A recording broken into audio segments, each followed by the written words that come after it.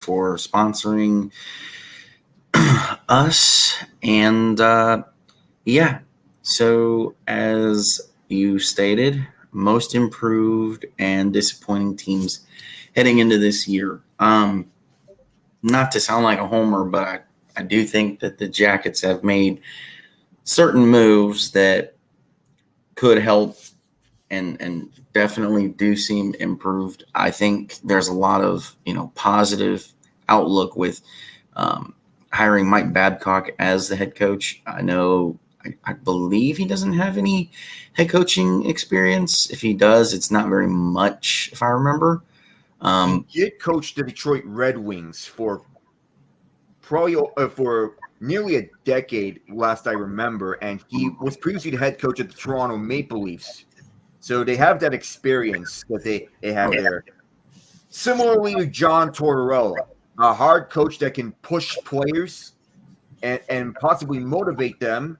Though I'm hoping that he gets his past cleaned up, considering the what happened between him and Johan Franzen and previously, and Chris Chelios did not like him previously, but I'm hoping that he has his things cleaned up, because when you look at the Blue Jackets last season, you would think that they were one of the worst teams in the NHL.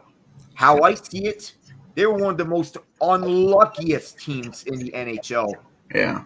Yeah, because if you look at it, their place in the standings doesn't tell the full story. Hmm. They were in, they were rattled with injuries left and right. Over 500 man games lost due to injury. You'd think that a team citing Johnny Gaudreau in the offseason would take a big step forward. Unfortunately, in come the injuries to fill out the hospital ward. Oh, that is tough and unlucky. And while the Blue Jackets, they mostly stood pat in free agency, they did the bulk of their work on the trade market already. Ivan Provorov, Damon Severson, they're now donning the Union blue and red, and that's going to make big strides for their defensive core, especially since Zach Werenski, their Mm. number one defenseman, he's coming back from that And that shoulder injury that knocked him out.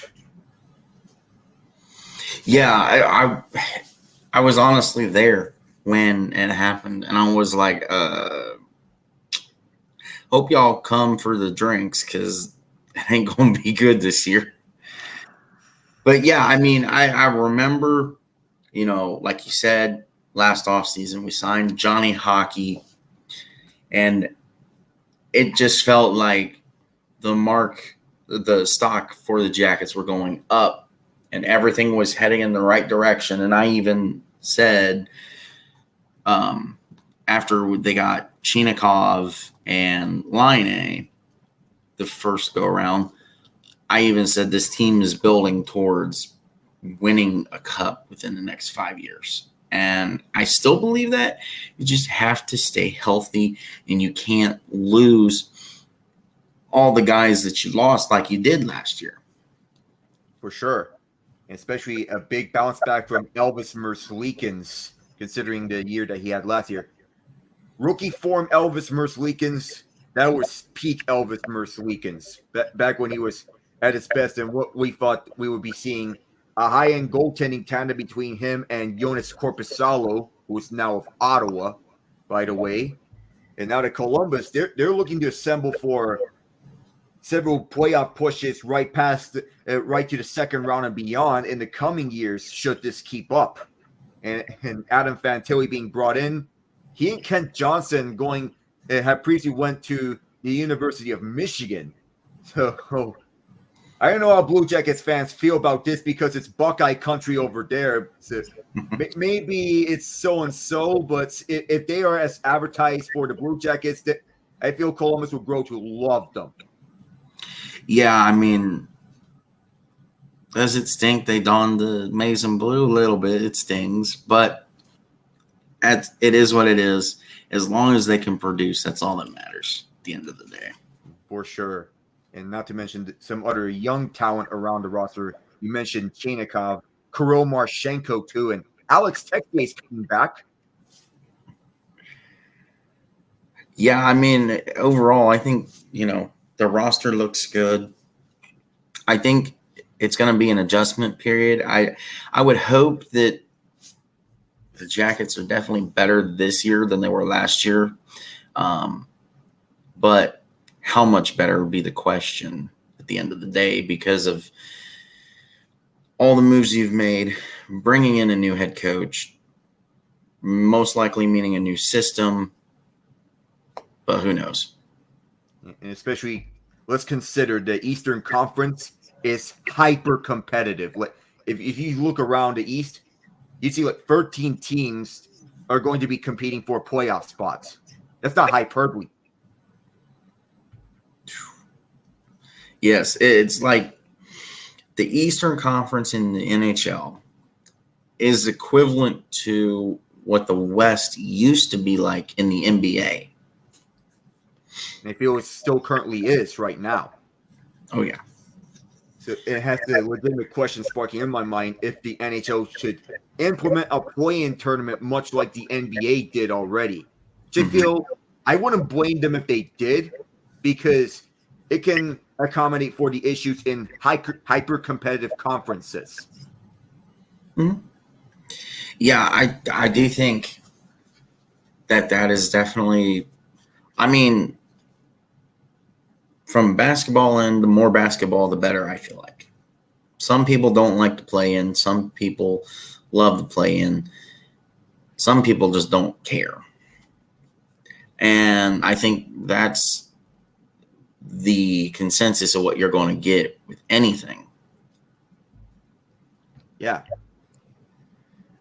So with most improved team out the way with the Columbus Blue Jackets, and I agree with you on that one. Most disappointing team, I'm so and so on Nashville, but I don't think of them being the most disappointing team. Mm-hmm. So the moves they made are boom or bust. Like Ryan O'Reilly, you're giving him a 4-year term.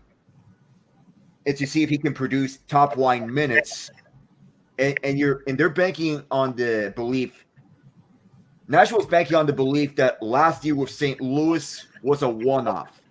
They're looking to see how he was before during that cup run with St. Louis and the years before last season.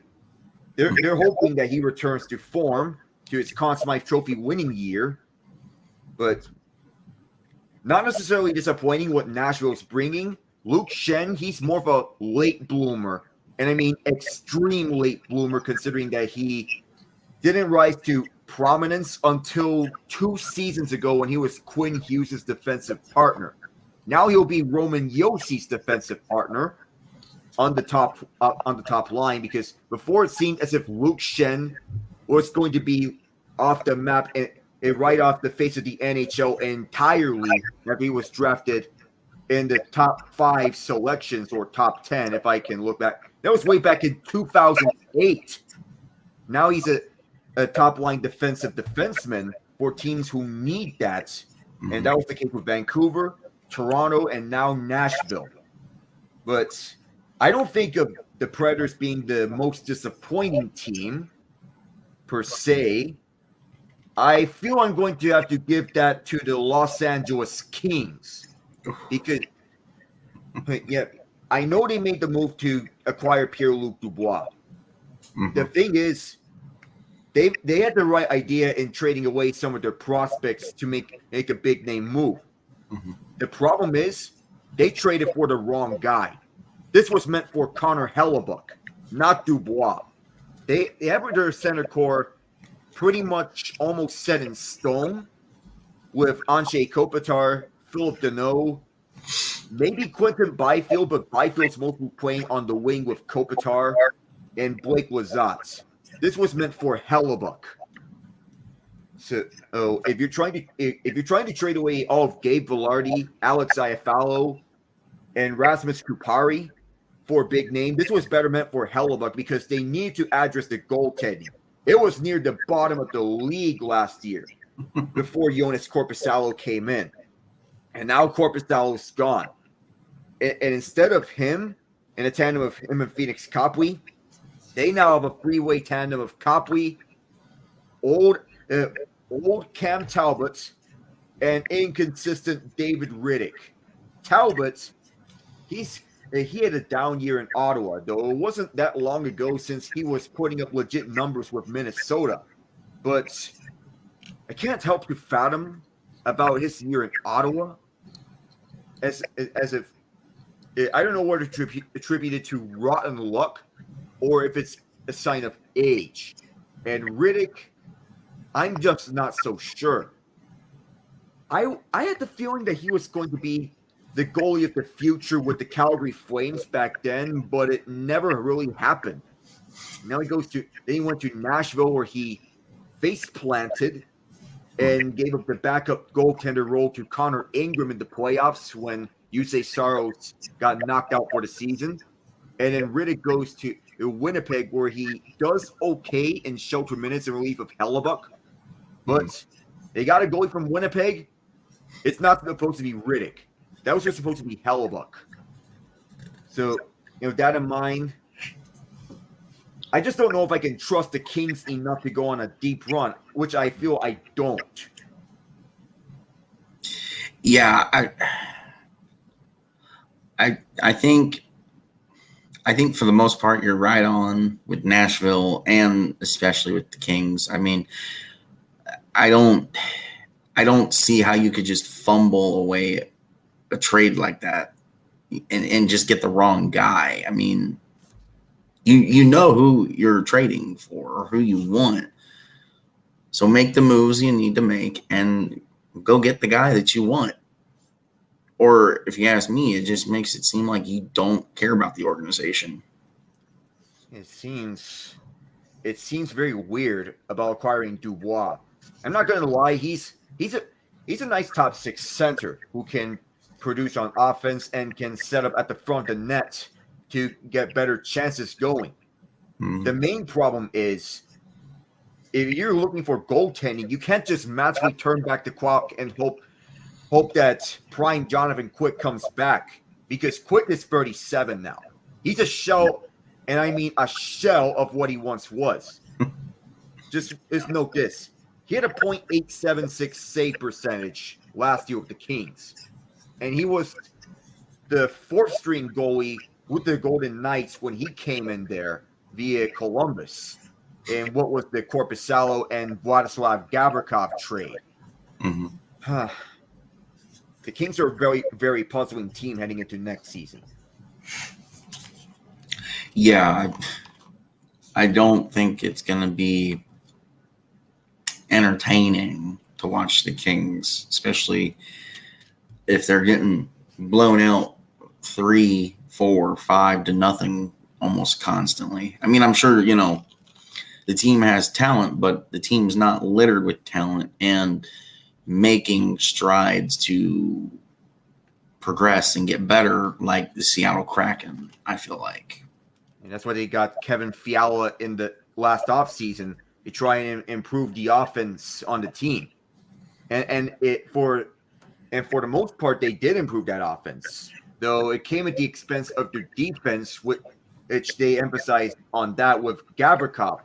Though Sean Durzi, one of their power play quarterbacks that's been moved away, and I can see this possibly to make room for Brant Clark, their top defensive prospect, who, according to several pundits, believe he has the potential of reaching Erik Karlsson's status right down the road. Mm-hmm. But the Kings, I just don't know if they can. I just don't feel they're going to make a deep run. I'm not saying they won't make the playoffs, but this team is puzzling. Yeah, the team just, it doesn't, the way that it's structured and built with who is there doesn't make sense. It just doesn't. Well, this is always tough, and